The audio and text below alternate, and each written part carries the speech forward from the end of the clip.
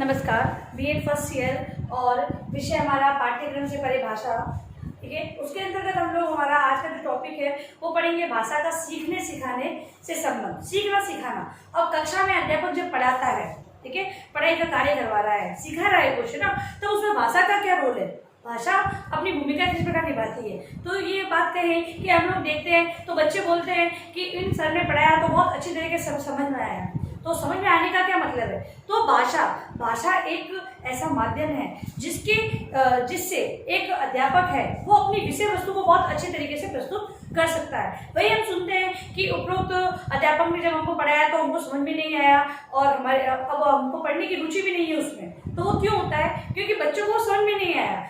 इसका मतलब ये है कि शिक्षक ने है वो बच्चों के स्तर के अनुकूल भाषा का प्रयोग नहीं किया गया है। तो भाषा का सीखने सिखाने में बहुत संबंध होता है। कोई भी बच्चा है वो सीख नहीं वो समझ नहीं पाता है। कोई बच्चा होता है वो समझता नहीं है, तो एक अध्यापक है वो उसे और उसकी भाषा में, यानी कहें कि वो किस तरीके से समझ रहा है उसी तरीके से उसको समझाने का प्रयास करता है, तो बच्चा समझ लेता है। तो यहाँ पर भाषा है वो अपनी महत्वपूर्ण भूमिका निभाती है। उसका बहुत गहरा संबंध होता है सीखने सिखाने की प्रक्रिया से, ठीक है। तो भाषा का एक जो संबंध है बहुत महत्वपूर्ण है। किसके लिए? सीखने सिखाने की प्रक्रिया में। हम पढ़ेंगे भाषा का सीखने सिखाने में संबंध। भाषा का सीखने सिखाने में संबंध। भाषा का सीखने सिखाने से संबंध।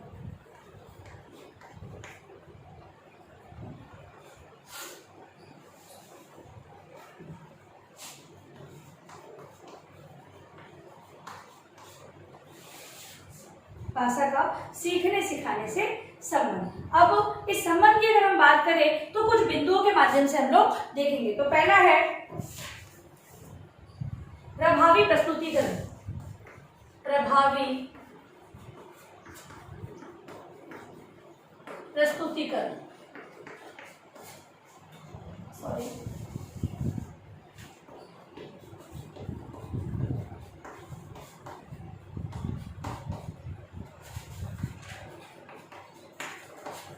प्रभावी प्रस्तुतिकरण। देखो, प्रस्तुतिकरण जब अध्यापक पढ़ा रहा है, किसी भी पाठ को पढ़ाता है तो वहां पर प्रस्तुतिकरण है। अब मान लो अगर कोई अध्यापक है वो उसको मतलब वो बहुत अच्छी समझ रखता है उस विषय वस्तु की, लेकिन उसकी भाषा है, उसका स्तर बहुत कठिन है, तो बालक उसको समझ नहीं पाते हैं। और बालक क्या करेंगे कि वो उसका इतना प्रभावपूर्ण प्रस्तुतिकरण होगा तब भी बालकों को समझ में नहीं आएगा। यहाँ पर एक भाषा की वजह से, मतलब भाषा का जो स्तर है वो सही नहीं होने के कारण क्या हुआ कि अध्यापक की जो कही हुई बात है वो बालकों को समझ में नहीं आई।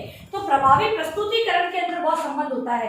अगर प्रस्तुतिकरण में भाषा का स्तर है वो सही नहीं होगा तो अध्यापक है वो विद्यार्थियों को समझा नहीं पाएगा। दूसरी बात है प्रश्नोत्तर प्रक्रिया में भाषा का प्रयोग। प्रश्नोत्तर प्रक्रिया में भाषा का प्रयोग। अगली बात, अगला संबंध बताया प्रश्नोत्तर प्रक्रिया में सीखने सिखाने की प्रक्रिया, जो कि हमारी अब सतत व्यापक मूल्यांकन की प्रक्रिया जो चली आ रही है। इसके अंदर अध्यापक है वो बालकों को पाठ पढ़ाते समय प्रश्न पूछता है, पाठ के अंत में पूछता है, फिर जो टेस्ट वगैरह होते हैं उसके माध्यम से तो वो पूछता ही है। तो हम बात करें कक्षा कक्ष की, क्योंकि हमारी जो यूनिट है उसी का नाम है कक्षा कक्ष में भाषा का प्रयोग, ठीक है। तो अब इसके अंदर प्रश्नोत्तर की प्रक्रिया में भाषा का प्रयोग, अगर वो प्रश्नोत्तर पूछ रहा है, शिक्षक बालकों को कोई प्रकरण पढ़ाने के बाद प्रश्नोत्तर कर रहा है और प्रश्नोत्तर की भाषा है वो जटिल है, तो बालक उसे समझते नहीं है और उन प्रश्नों का उत्तर वो दे नहीं पाते हैं, ठीक है। प्रस्तुतिकरण तो अगर मान लो उसे भाषा का सही प्रयोग किया, प्रभावपूर्ण प्रस्तुतिकरण रहा, लेकिन अगर जब प्रश्न पूछते समय अगर उस भाषा का प्रयोग सही नहीं किया या फिर कौन सा शब्द का प्रयोग करना चाहिए था भाषा के अंदर उसे, जिससे कि अध्यापक जो चाह रहा है, जिस उत्तर को वो चाह रहा है बालकों से, भाई बालकों से उत्तर चाहना मतलब कि बच्चों के व्यवहार में परिवर्तन लाना। अब वो ऐसी चीज अगर परिवर्तित करना चाहता है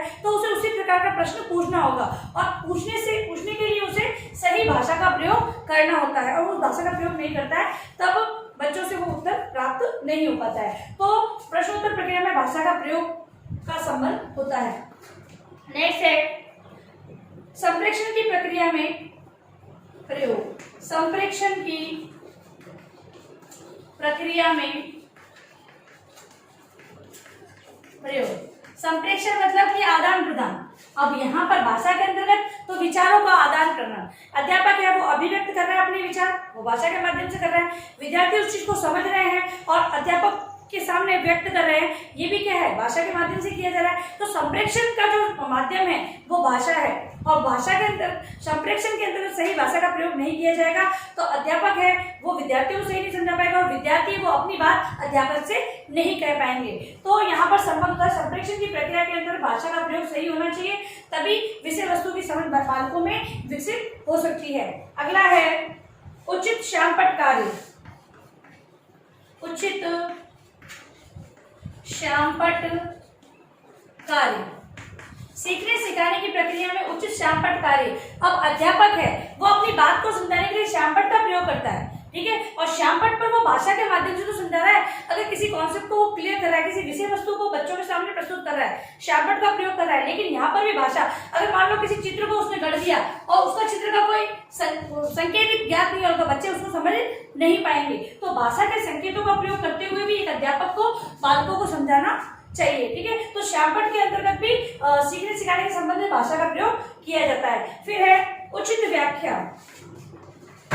उचित व्याख्या, अब किसी को पाठ को पढ़ाते समय एक अध्यापक जब व्याख्या करता है तो व्याख्या के अंतर्गत वो भाषा का प्रयोग करता है, ठीक है। अगर हम बात करें अगर हिंदी भाषा की, तो हिंदी भाषा के अंतर्गत जो पद्य भाग दिया होता है उसकी व्याख्या करके अध्यापक को बतानी होती है, तभी बच्चों को जो क्लिष्ट शब्द हैं या फिर अगर हम कहें कि जो साहित्य भाषा के जो शब्द हैं बालकों को समझ में नहीं आते, तो एक अध्यापक को व्याख्या करनी होती है उसी भाषा में जिस भाषा में बालक समझते हैं। तो व्याख्या से मतलब कि उचित व्याख्या करने में भाषा की भूमिका होती है। अगला है पठन कौशल में भाषा का प्रयोग। पठन कौशल में भाषा का प्रयोग। पठन कौशल में भाषा का प्रयोग, तो पठन कौशल का विकास किसके अंतर्गत करना है, विद्यार्थियों में करना है। हम भाषा बच्चों को जब सिखा रहे हैं तो सर्वप्रथम हम लिपि चिन्हों का उन्हें ज्ञान देते हैं, उसके बाद फिर वो लिपि चिन्हों के बाद वो पाठ को पढ़ना प्रारंभ करते हैं। तो यहाँ पर पढ़ना केवल पढ़ना नहीं है, यहाँ पर बच्चों को अर्थ ग्रहण, पठन से मतलब है कि बालक के अंतर्गत पढ़ने से संबंधित अर्थ को ग्रहण करना। तो यहाँ पर बालकों को जब सही भाषा में अगर व्याख्या की जाती है या फिर किसी चीज को समझाया जाता है तो बच्चों के अंदर पठन कौशल का विकास होता है। इसके अलावा लेखन कौशल के विकास का प्रयोग। लेखन कौशल विकास का प्रयोग, अध्यापक द्वारा लिखा गया जो ज्ञान है उसके अंतर्गत भाषा अगर जटिल होती है तो विद्यार्थी उस चीज को समझ नहीं पाते हैं, या फिर अगर व्याकरणिक जो गलतियां हैं, जैसे कि मेरे अभी यहाँ पर गलती हो गई थी, उसी प्रकार का वो गलती अगर उसी गलती को कंटिन्यू चलने देते हैं तो बालक भी उस गलतियों को अपना लेते हैं। तो भाषा के अंतर्गत लिखित अभिव्यक्ति का विकास करना बालकों के अंदर, तो उन गलतियों को में सुधार किया जाना चाहिए और अध्यापक है वो इन चीजों को विशेष ध्यान रखते हुए कार्य करे। और अगर मान लो कभी ऐसी गलती हो भी जाती है तो उसी समय उसका सुधार करें, ताकि बालकों में वो गलती है वो लगातार चलती न जाए। क्योंकि बालक है वो एक अध्यापक को आदर्श मानता है, अध्यापक जिस प्रकार लिखता है विद्यार्थी भी उसी प्रकार लिखने का प्रयास करता है। यदि अध्यापक गलती करेगा तो विद्यार्थी भी गलती करेगा। तो लेखन के विकास के कौशल का प्रयोग भाषा के माध्यम से होता है, ठीक है। भाषा के माध्यम, अगर अध्यापक सही भाषा में लिख रहा है, प्रस्तुतिकरण उसका सही है, कहीं भी गलती नहीं है, तो विद्यार्थियों में भी इस कौशल का विकास निश्चित रूप से होता है। फिर है अन्य विषयों के शिक्षण। अन्य विषयों के शिक्षण अधिगम में प्रयोग। भाषा का प्रयोग अन्य विषय, मतलब कि अब अन्य विषय के अंतर्गत को गणित ले लो, विज्ञान ले लो, है ना। अब ये गणित और विज्ञान है, किसी गणित और विज्ञान केवल कैलकुलेशन है, कैलकुलेशन को केवल कैलकुलेशन से नहीं समझाया जाएगा, यहाँ पर भाषा का प्रयोग लेना पड़ेगा, अध्यापक को माध्यम लेना पड़ेगा, उसी माध्यम से इन विषयों का वो ज्ञान बच्चों को प्रदान कर सकता है। कहीं पर अंग्रेजी माध्यम होने पर बालक है वो इन विषयों के ज्ञान अंग्रेजी माध्यम से लेते हैं, कहीं पर हिंदी होने से हिंदी में लिया जाता है, और कहीं पर अगर ये कहें कि क्षेत्रीय या स्थानीय भाषाओं का प्रयोग किया जाता है, वहाँ पर इन भाषाओं का प्रयोग करते हुए इन बालकों को अन्य विषयों का ज्ञान दिया जाता है। तो शिक्षण मतलब